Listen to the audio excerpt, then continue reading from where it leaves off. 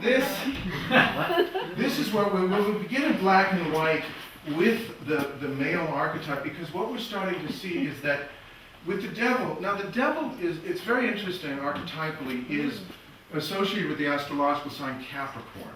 Capricorn is ruled by Saturn. What the world archetype is Saturn. And Saturn has to do with the opening of the eye of wisdom. This becomes very profound because it starts to tell us that in order to open this eye of wisdom, and this is what Saturn finally reveals, she says, what is it when you are born, what eye is open?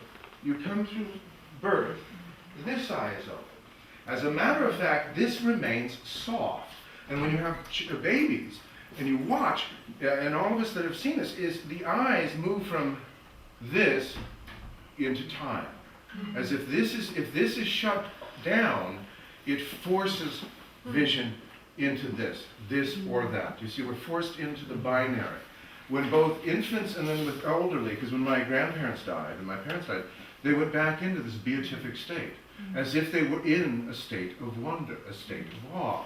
This will begin to make sense of why this journey through the archetypes, through the qualities of the unique separation of consciousness is so important, because this wheel that we can see here is actually showing us this journey of the archetypes and the journey of the wheel.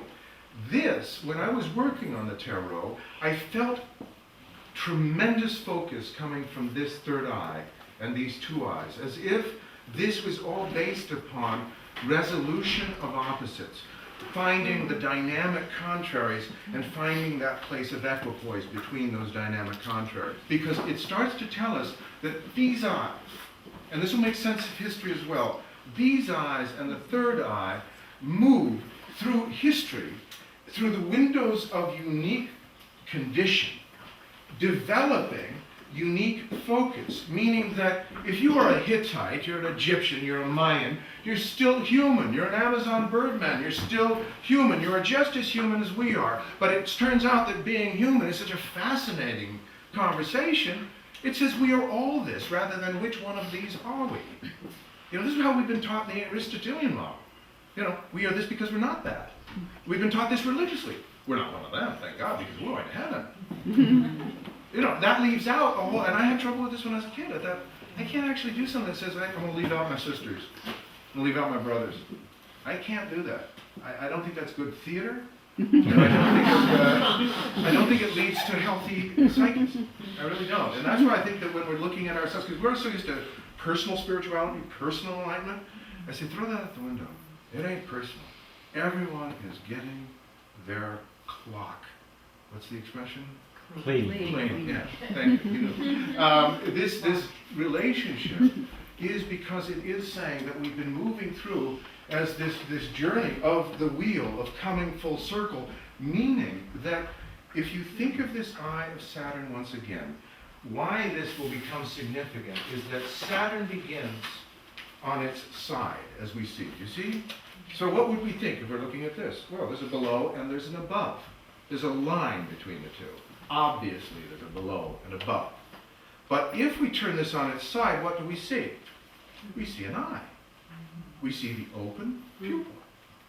Now, what if to open this eye, we needed this ring of structure?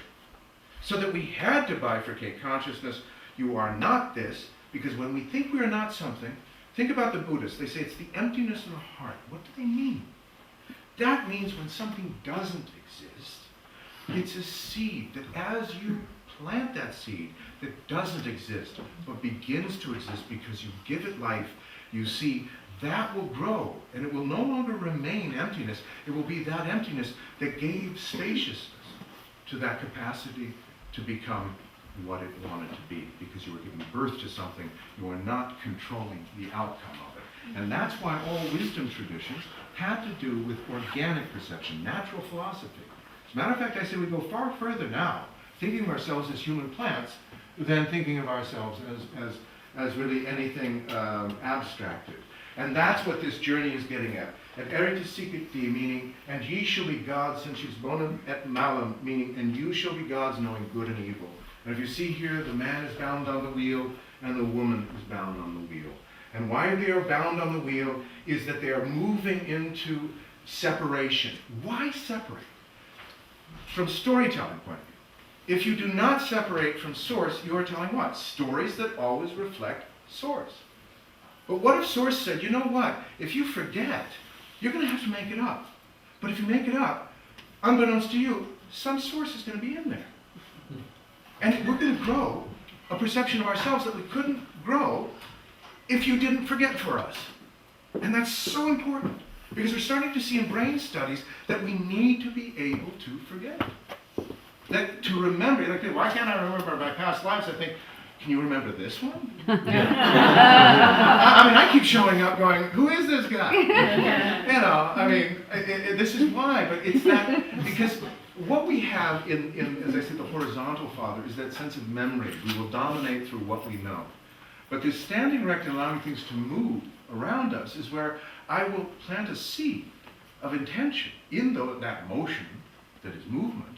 But I won't identify with the seed. I won't go out into the field every day going, it's not growing, damn it, I'm no good, I'm hated, God hates me. Think about it, this is really what happens. We forget to think like gardeners.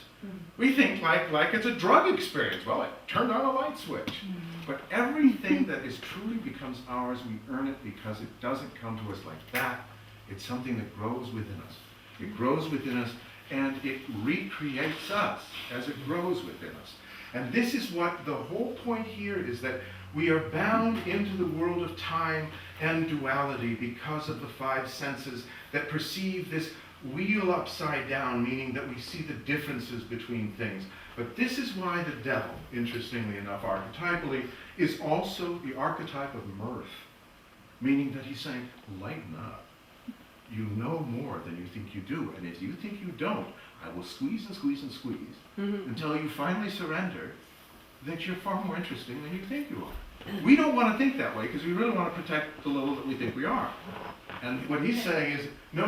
What ultimately happens is, from this that seems like worldly power would be the key, the left-hand path, you finally realize that no truth is ever spoken in words. It's that which is finally earned through the body, through the journey of becoming worthy of greater qualities of consciousness, because one begins to perceive that one is woven of these greater qualities of consciousness, not absented from them.